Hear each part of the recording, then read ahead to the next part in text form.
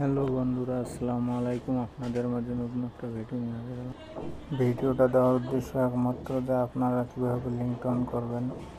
এই লিংটনটা মূলত কাটা লিংটন বা শর্ট লিংটন বলে থাকি আমরা। এই ভিডিওতে দেখানো হয়েছে লিংটনটা কীভাবে সেটিং বা কীভাবে লিংটনটা করার লাগে।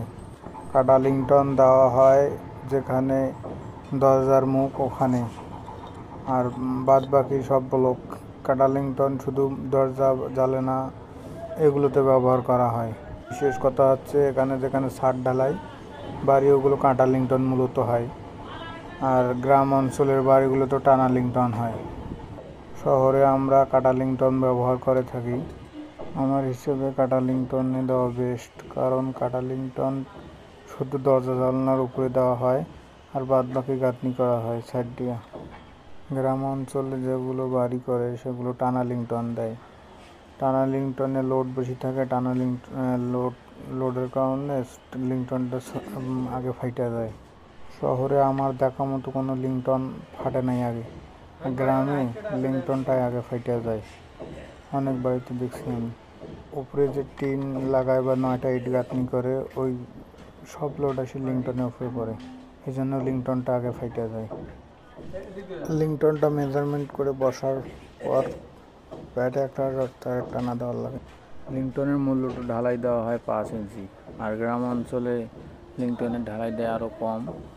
আর আমরা কাঠ 2 সাইডে দেখেন মাইরা লিছি, নিচেও একটা কাঠ আছে। আর গ্রামের সাথে সাথে কাঠটা টান দিয়ে শুকনো বালু মারি দেয়।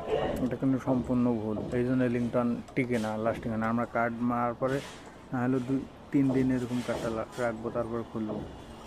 নিচের কাঠটা তো সর্বনিম্ন 7 দিন পরে খুলবো, আর 2 সাইডেরটা কিন্তু 2-3 দিন পরে খুলবো আমরা। এই ধরনের বিল্ডিংয়ের টিপস আকারে ভিডিও দিব আপনাদের মাঝে। ইনশাআল্লাহ পাশে থাকবেন এবং সাপোর্ট করবেন। বিল্ডিংয়ের খুঁটিনাটি বিষয়গুলো নিয়ে ভিডিও বানাবো, আপনারা কমেন্ট করবেন। কমেন্ট করলে হবে কি, পরবর্তীতে কোন বিষয় নিয়ে ভিডিও বানাবো সেটা জানা যায়। আর ভিডিওগুলো কেমন লাগে অবশ্যই জানাবেন। আমার এই মূলত এই চ্যানেলটা সব খালি বিল্ডিংয়ের ভিডিও, টিপস আকারে ভিডিও দেই। এই বিল্ডিংয়ের কাজের সাথে কিন্তু আমি জড়িত প্রায় 8 থেকে 10 বছর। এই জন্য আমার একটু অভিজ্ঞতা আছে বিল্ডিংয়ে নিয়ে। এই জন্য যে কোনো কাজে, যে কোনো বিষয়ে আমাকে কমেন্টে বলে যাবেন। আমি আপনার সহযোগিতার জন্য পাশে থাকবো ইনশাআল্লাহ। যে কোনো মানুষের ভুল হতেই পারে, ভুল মানুষ মাত্রই মানুষ ভুল। আর একটা কথা না বললেই নেই ভাই, অবশ্যই চ্যানেলটি সাবস্ক্রাইব করবেন, বেল আইকনটি বাজিয়ে রাখবেন। ভিডিও ছাড়ার সাথে সাথে আপনার নোটিফিকেশন যে আপনার